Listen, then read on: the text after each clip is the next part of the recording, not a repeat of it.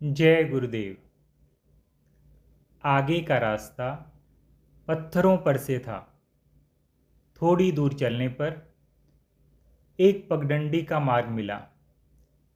वह पगडंडी एकदम सीधी ऊपर की ओर जा रही थी। उस चढ़ाई को हमने बहुत धीरे धीरे चलते हुए पार किया। कुछ और आगे बढ़े तो एक दूसरा ही मार्ग आ गया। भुरभुरी मिट्टी के पहाड़ पर 1 फुट चौड़ी पगडंडी थी और नीचे ढलान था। रास्ता कुछ भयंकर और रोमांचकारी सा था। कदम कदम पर पांव भुरभुरी मिट्टी में धंस से जाते थे। हमें अब कुछ थकावट महसूस होने लगी थी। कुछ दूर और आगे चले तो हरियाली नजर आने लगी। वहां चीड़ और पीपल के वृक्ष थे। पीपल को यहाँ की भाषा में बेनू कहा जाता है। बहुत सी झाड़ियाँ थीं जो 5-6 फुट ऊंची थीं और जिनके पत्ते लाल थे। बीच बीच में हर 1 या 2 किलोमीटर पर रुककर चाय पीकर सुस्ताते हुए हम आखिर देवगौड़ा पहुंच गए।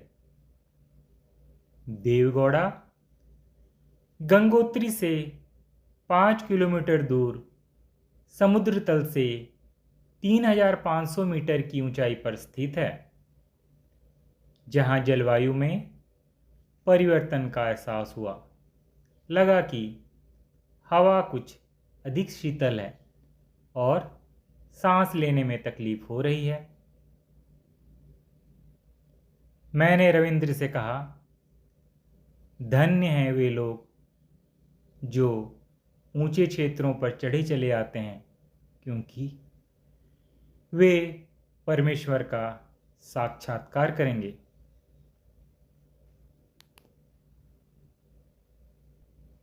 गंगोत्री से लगभग 9 किलोमीटर की दूरी पर चीड़वासा नामक जगह है। यह स्थान समुद्र तल से 3800 मीटर की ऊंचाई पर है। चीड़वासा में शायद कभी चीड़ के बहुत अधिक वृक्ष रहे होंगे, इसी कारण इस स्थान का यह नाम पड़ा। यह बड़ा ही मनोरम स्थान है, एकांत और निर्जन। चारों ओर बर्फ से ढकी चांदी सी सुंदर स्वच्छ चोटियां चमकती दिखाई देती हैं। हिमालय का सौंदर्य यहाँ अवर्णनीय है। भागीरथी गंगा यहाँ पहाड़ों के बीच अल्लड़ युवती की तरह किलोल करती प्रतीत होती है। दोपहर 2:30 हम चिड़वासा पहुँच गए थे। यहाँ अनेक ढाबे हैं जिनमें खाना बहुत अच्छा और सस्ता मिलता है। रात्रि विश्राम के लिए यहाँ स्थान केवल 20 रुपये में मिल जाता है। हम बहुत थक चुके थे, अतः खाना खाकर हमने यहाँ कुछ देर विश्राम किया। विश्राम के पश्चात तरोताज़ा होकर हम आगे चलने के लिए तैयार हुए तो मालूम हुआ कि आगे कच्चा पहाड़ है। रास्ता टूट फूट गया है और ऊपर से पत्थर लुढ़कते आ रहे हैं। ऊपर से लुढ़कते पत्थरों से बचते बचाते हुए आराम आराम करके किसी तरह हमने वह रास्ता पार किया। यदि पैर फिसल जाता तो हम सैकड़ों फुट गहरी खाई में गिर सकते थे। 1-2 स्थानों पर तो पत्थर इतने नीचे और रास्ते की तरफ आगे को निकलते हुए थे कि उनसे बचने के लिए हमें बहुत झुक झुक कर संभल कर चलना पड़ा। ऐसी अनेक जगह राह में आई जो हमने जान हथेली पर रखकर पार की। रास्ते में बरड नामक पहाड़ी जानवरों की एक टोली दिखाई दी।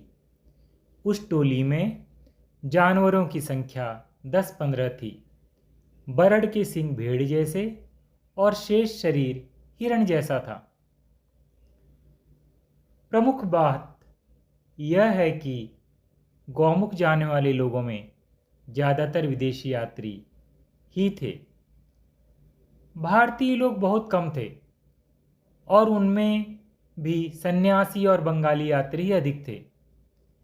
एक बंगाली परिवार से मैंने पूछा, आप लोग गौमुख क्यों जा रहे हैं? उस परिवार के मुखिया ने जवाब में कहा, स्वामी जी, गंगा हमारी माँ है। गंगा सागर में गंगा का समुद्र से मिलन हम देखते हैं। अतः प्रत्येक बंगाली की इच्छा होती है कि वह कभी न कभी गंगा के उद्गम स्थल को भी देखे। इसलिए जो भी बंगाली यात्री गंगोत्री आता है वह गौमुख अवश्य जाता है। विशेष बात यह है कि कोई भी विदेशी घोड़े पर सवार होकर गौमुख नहीं जा रहा था, जबकि आधे से अधिक भारतीय घोड़ों पर सवार थे। शाम के 5 बजे हम गंगोत्री से 14 किलोमीटर दूर भोजवासा नामक स्थान पर पहुंच गए।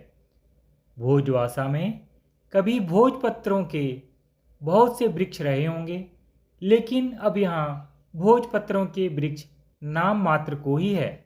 हाँ, चीड़वासा से पहले ही एक भोजपत्रों के वृक्षों का वन हमने देखा था। उस वन में भोजपत्रों के वृक्ष ऐसे लगते थे जैसे अजगर खड़े हों और उनके शरीर रूपी तने पर जगह जगह गुलाबी काली सफ़ेद धारियाँ पड़ी हुई हों। हमें पता चला कि हिमालय पर जितनी ऊंचाई पर भोज वृक्ष पैदा होते हैं, उतनी ऊंचाई पर किसी अन्य जाति के पेड़ नहीं पैदा हो सकते। भोजपत्र के पत्ते कागज के आविष्कार से पूर्व लिखने के प्रयोग में आते थे। इनके ताबीज भी बनाए जाते थे। भोजपत्र की छाल का उपयोग ताड़ पत्रों की तरह वस्त्रों के रूप में भी होता रहा है। भोजवासा में लाल बाबा का आश्रम है। गंगोत्री से गौमुख जाने वाले ज़्यादातर यात्री 14 किलोमीटर का सफ़र करके रात्रि भोजवासा में ही बिताते हैं। यहाँ एक टूरिस्ट बंगला है, लेकिन टूरिस्ट बंगले के मैनेजर अतुल चौहान ने 27 सार्वजनिक बेड खाली होने पर भी यात्रियों के विश्राम के लिए बेड नहीं दिए। मैनेजर ने कहा, सभी बेड एडवांस बुक हैं।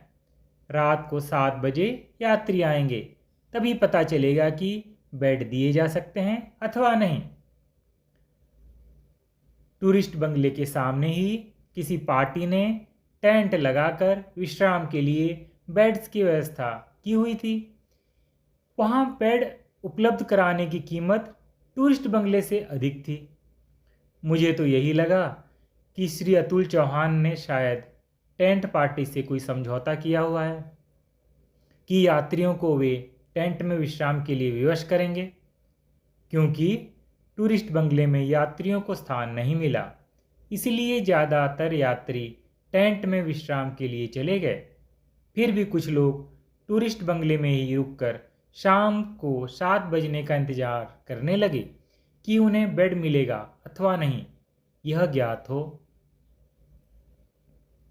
बारिश शुरू हो गई थी। बाद में बर्फ भी गिरने लगी। भयंकर सर्दी पड़ रही थी। दांत किटकिटाने लगे थे।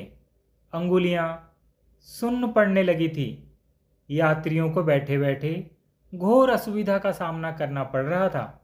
लेकिन मैनेजर श्री अतुल चौहान का दिल नहीं पसीजा। 2.5-3 घंटे तक वह वहीं बैठा हुआ अपने साथियों के साथ गपशप करता रहा।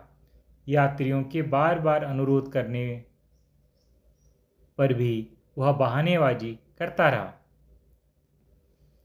शाम को 7 बजे तक एडवांस बुकिंग करवाने वाले यात्रियों में से कोई नहीं आया।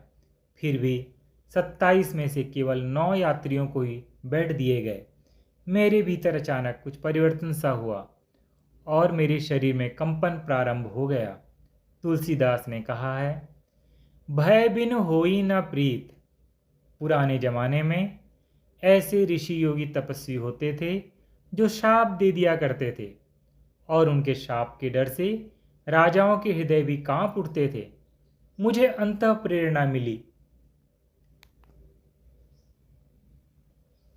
इस स्वार्थी अतुल चौहान पर अपनी योग व सम्मोहन शक्ति का प्रयोग करूं। यह ऐसे नहीं मानेगा। भोजवासा में हारे थके तीर्थयात्रियों को भयानक ठंड में 2 घंटे तक परेशान करने वाले स्वार्थी मैनेजर अतुल चौहान को मैंने एकटक घूरना प्रारंभ किया। जैसे ही उसकी नज़रें मेरी नज़रों से टकराई, वह असहज हो गया। पहले उसने मेरी आँखों से आँख मिलाने की चेष्टा की, लेकिन मेरी नज़रों की ताप न झेल सकने के कारण फौरन नज़रें फिरा ली। फिर असंतुलित होकर अपने दोनों हाथों से अपना सिर पकड़ लिया। उसके सिर में दर्द हो गया था। मैंने उसे अपनी सम्मोहन विद्या से अपनी ओर आकर्षित कर प्रभावित कर लिया था। फिर मैंने उसे आदेश दिया, मैनेजर, हम सब लोगों को रात्रि विश्राम के लिए बैठ दो। मैनेजर उठकर मेरे पास चला आया। बोला, स्वामी जी, आप कृपा करके मेरी ओर इस तरह मत देखिए। चलिए, सबसे पहले मैं आपको ही बैठ दूंगा। मेरा प्रयोग सफल हुआ था। मैंने कहा, नहीं, पहले दूसरे यात्रियों को स्थान दो, तब मैं बैठ लूंगा। मैनेजर ने हम सब लोगों को बेड उपलब्ध करवा दिए। सबने राहत की सांस ली। मैंने बिस्तर की प्राप्ति के लिए नहीं, बल्कि उस स्वार्थी मैनेजर को सबक सिखाने के लिए अपनी योग शक्ति का तनिक उपयोग किया था, जिसमें मुझे सफलता मिली। शक्ति का समाज हित में प्रयोग हो तो उसके द्वारा अन्य शक्तियों का अंकुर फूटता है। सहस्त्रों शक्तियों की धार से व्यक्ति में अभूतपूर्व परिवर्तन होता है। इन्हीं शक्तियों का दुरुपयोग जब अपने भौतिक सुखों की प्राप्ति के लिए होता है, तो व्यक्ति अहंकारी होकर अपना ही विनाश कर लेता है। हम वहां से अपने कमरे की ओर चल दिए। जय गुरुदेव।